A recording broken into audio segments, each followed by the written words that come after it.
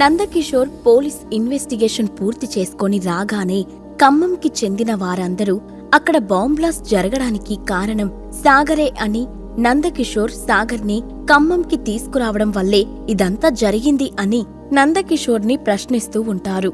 అక్కడ ఉన్న వాళ్ళందరికీ సమాధానమిస్తూ ఇక్కడ జరిగిన బాంబ్ బ్లాస్ట్ వెనుక ఎవరి హస్తముందో, ఇది ఎవరు చేయించారో ఇంకా ఇన్వెస్టిగేషన్ పూర్తి కావాల్సి ఉంది. అన్ని విషయాలు తొందరలోనే తెలుస్తాయి. కానీ మీరు ఆలోపు ఇలా అనవసరంగా సాగర్ మీద నిందలు వేయకండి. విశ్వ ఆర్గనైజేషన్కి కానీ సాగర్కి కానీ ఈ బాంబ్ బ్లాస్ట్తో ఎటువంటి సంబంధమూ లేదు అని బలంగా చెప్పాడు. నందకిషోర్ ఎంత చెప్పినా కూడా అక్కడ ఉన్నవాళ్లు ఎవరూ అతని మాటలు వినే స్థితిలో లేరు. వెంటనే సాగర్ వచ్చి వాళ్ళ ప్రశ్నలకు సమాధానం చెప్పాలని డిమాండ్ చేస్తూ ఉన్నారు. మరోపక్క ఖమ్మంలోని గెలాక్సీ హోటల్లో ప్రమద్వర వసుతో డీల్ పూర్తి చేసుకుని ఆ రూమ్ నుండి బయటకు వెళ్లబోయాడు సాగర్. అంతలో సాగర్, ఒక క్షణం ఆగండి.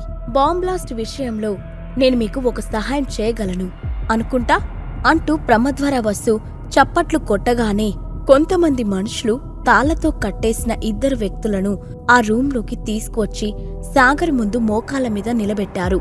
సాగర్ వాళ్ళని అయోమయంగా చూస్తూ, ఎవరు వీళ్ళు? వీళ్ళని ఎందుకలా బంధించారు అని ప్రశ్నించాడు. ఈరోజు బాంబ్ బ్లాస్ట్కి కారణం వీళ్లే. మీ గురించి ఎంక్వైరీ చేస్తున్న సమయంలో మా వాళ్లకి నందకిషోర్ గెస్ట్ హౌస్ దగ్గర బాంబ్ బ్లాస్ట్ చేస్తూ వీళ్ళిద్దరు దొరికారు. అప్పుడు నా వాళ్ళు వీళ్ళని రెడ్ హ్యాండెడ్గా పట్టుకొని నా దగ్గరికి తీసుకువచ్చారు అని నవ్వుతూ చెప్పాడు ప్రమద్వర వసు. ఆ మాటలు వినగానే సాగర్ అలాగే రణదేవ్ బిల్లా ఇద్దరూ కళ్ళు పెద్దవి చేసి ఒకరినొకరు చూసుకున్నారు. ఖమ్మంలో క్లాస్ 1 ఫ్యామిలీస్కి చెందిన వాళ్లు కూడా బాంబ్ బ్లాస్ట్ వెనక ఉన్నది ఎవరో కనిపెట్టలేకపోయారు. కాని బయట నుంచి వచ్చిన వ్యక్తి వాళ్ళని పట్టుకోగలిగాడు. అంటే అతడికి ఉన్న నెట్వర్క్ ఎలాంటిదో వాళ్ళు ఊహించగలుగుతున్నారు. దాని గురించి తలుచుకుంటే రణదేవ్ బిల్లాకి మింగుడు పడట్లేదు. ఒకవేళ వీడు కూడా ఖమ్మంలో బిజినెస్ స్టార్ట్ చేస్తే ఇక మా ఫ్యామిలీ బిజినెస్ పరిస్థితి అంతే, కాంపిటీషన్ బాగా పెరిగిపోతుంది అని మనసులో అనుకుంటున్నాడు రణదేవ్ బిల్లా. అంతలో మళ్లీ ప్రమద్వర వసు తాళ్లతో కట్టేసిన ఇద్దరు వ్యక్తుల వైపు చేయి చూపిస్తూ, మీకోసం ఈ చిన్న గిఫ్ట్, ఇది మీకు నచ్చింది అనుకుంటా. వీళ్ళని ఏం చేయాలో మీరే డిసైడ్ చేయండి అని చెప్పాడు. సాగర్ అతన్ని చూసి చిన్నగా నవ్వాడు. ఆ తర్వాత ఆ ఇద్దరు వ్యక్తులకు మరింత దగ్గరగా వెళ్లి వాళ్లలో ఒకడి జుట్టు పట్టుకొని, ఎవర్రా మీరు? మిమ్మల్ని పంపించింది ఎవరు అని పళ్ళు నూరుతూ అడిగాడు. ఆ ఇద్దరు వ్యక్తులు మాత్రం సాగర్ అడిగిన ప్రశ్నకు ఎటువంటి సమాధానం చెప్పకుండా మొహం పక్కకి తిప్పుకున్నారు. అది చూసి, అబ్బాయిలు, మీకు ధైర్యం బాగా ఎక్కువైపోయింది. కాకపోతే దానితో పాటు కొంచెం పొగరు కూడా ఉంది. దాన్ని ఎలా అణచాలో ఈ సాగర్కి బాగా తెలుసు అని వాళ్ళ ఎదురుగా ఒక కుర్చీలో కాలు మీద కాలు వేసుకొని కూర్చున్నాడు సాగర్. ఆ తర్వాత అతను చిటిక వేయగానే బ్రౌన్ కలర్లో ఉన్న పవర్ పిల్స్ 2 గాల్లో ప్రత్యక్షమయ్యాయి. సాగర్ ఆ పవర్ పిల్స్ ని ఇద్దరు వ్యక్తుల చేత బలవంతంగా మింగించాడు. ఆ పిల్ వాళ్ళ నోట్లో పడింది. ఆలస్యం ఎవరో వాళ్ళ శరీరంలో ఉన్న మజిల్స్ అన్నింటినీ మెలిపెడుతున్నట్టుగా ఆ ఇద్దరు వ్యక్తులు నొప్పిని అనుభవిస్తూ ఉన్నారు. అలా కొంత సమయం గడిచేసరికి వాళ్ళ ఎముకలు పిండి అయిపోతున్నట్టుగా అనిపిస్తూ ఉంటే వాళ్ళ శరీరమంతా చీమలు పాకుతున్నట్లుగా ఫీల్ అయ్యారు. వాళ్లకు విపరీతమైన దురద పుడుతుంది. కానీ వాళ్ళ చేతులు తాళ్లతో బంధించి ఉండడం వల్ల ఏమీ చేయలేకపోతున్నారు. దాంతో నేలమీద పడి గిలగిలా కొట్టుకోవడం మొదలుపెట్టారు. ఇది బోన్ బ్రేకింగ్ పిల్. ఇది వేసుకున్న 2 గంటల్లో మీ శరీరంలోని మెరిడియన్స్ అన్నీ బ్రేక్ అయి మీ ఎనర్జీ మొత్తం నాశనమైపోతుంది. ఆ తర్వాత మీరు నెమ్మదిగా ప్రాణాలు వదిలేస్తారు. మీరు చనిపోయేది 2 గంటల్లోనే అయినా ప్రతి క్షణం మీకు ఒక యుగంలాగా గడుస్తుంది అని పిల్ గురించి వివరించాడు సాగర్. సాగర్ చెప్పినట్టే కొంత సమయం గడిచేసరికి ఆ ఇద్దరు వ్యక్తుల శరీరాలలో ఉన్న మెరిడియన్స్ బ్రేక్ అయి అందులోంచి ఎనర్జీ మొత్తం విడుదలవుతూ ఉంటే విపరీతమైన బాధను అనుభవిస్తూ గట్టిగా అరవడం మొదలుపెట్టారు. ప్రమద్వర వసు సినిమా చూసినట్టుగా చూస్తూ ఉంటే రణదేవ్ బిల్లా మాత్రం సాగర్ని ఆశ్చర్యం నిండిన కళ్ళతో చూస్తూ ఉన్నాడు.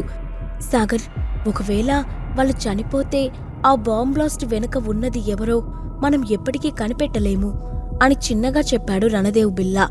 రణదేవ్, నీ మాస్టర్ దగ్గర నుంచి నువ్వు చాలా నేర్చుకోవాలి.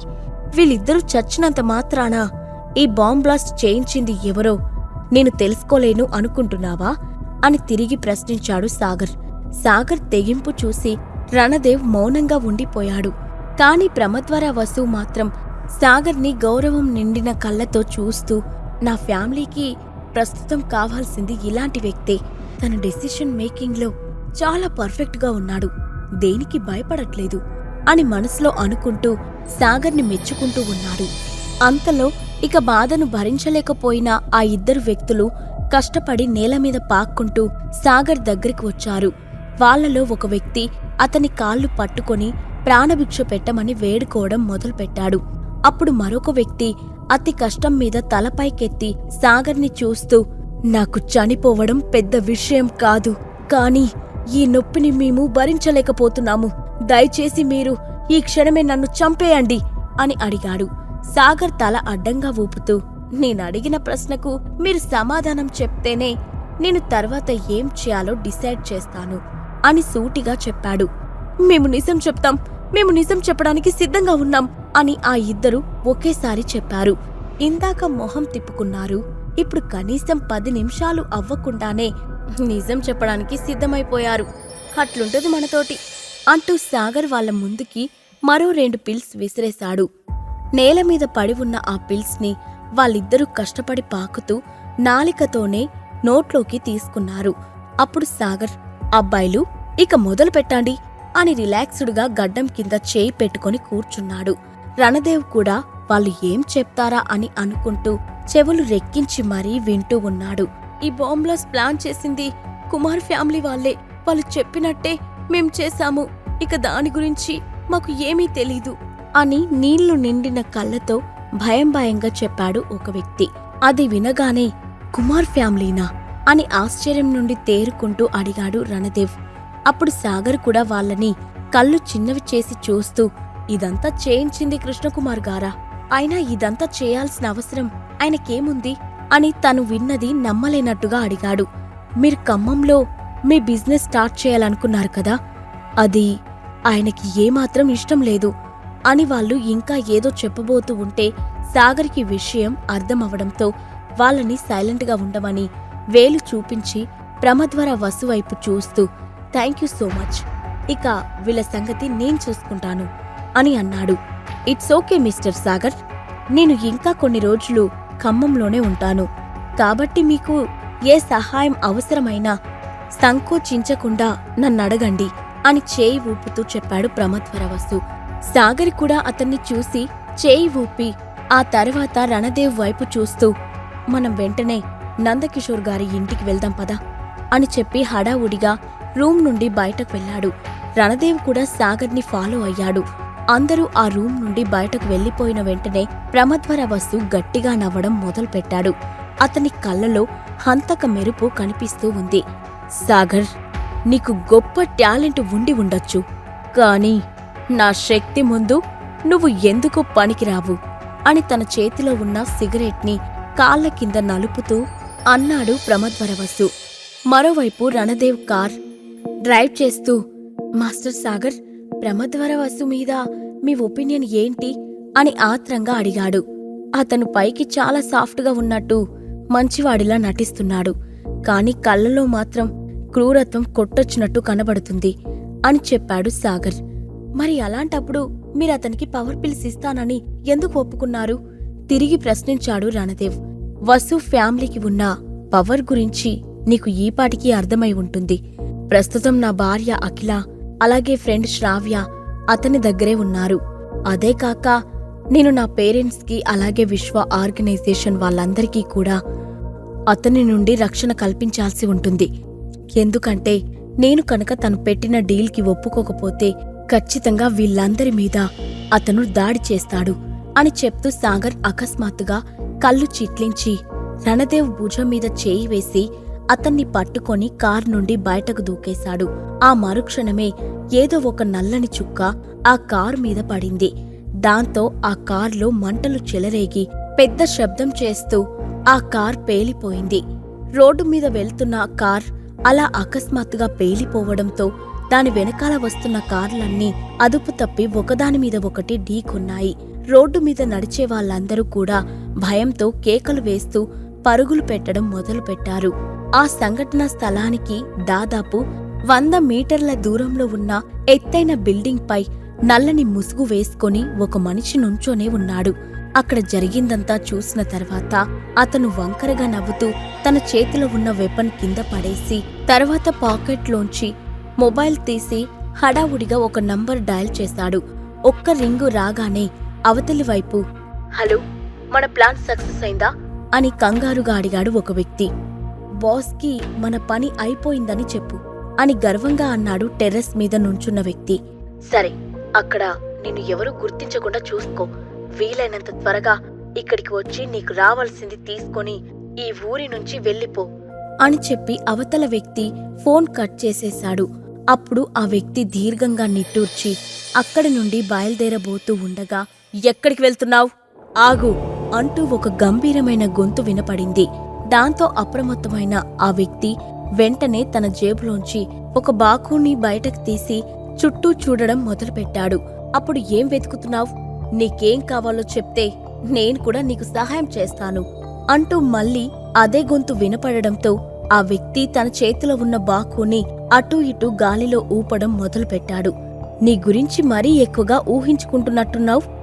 నా మీదే దాడి చేసి తప్పించుకోగలననుకుంటున్నావా అని సాగర్ వెనక నుండి వెళ్లి అతని చేయి పట్టుకుని మెలితిప్పాడు.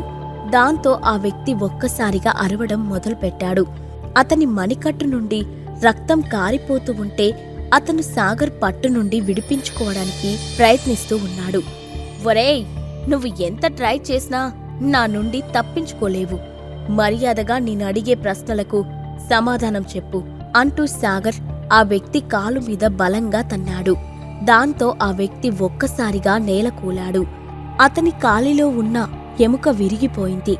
ఆ బాధ భరించలేక దిక్కులు పెక్కటిల్లేలా అరుస్తూ అక్కడి నేల మీద పడి తన కాలుని ఈడుస్తూ సాగర్ నుండి దూరంగా వెళ్లడానికి ప్రయత్నిస్తూ ఉన్నాడు.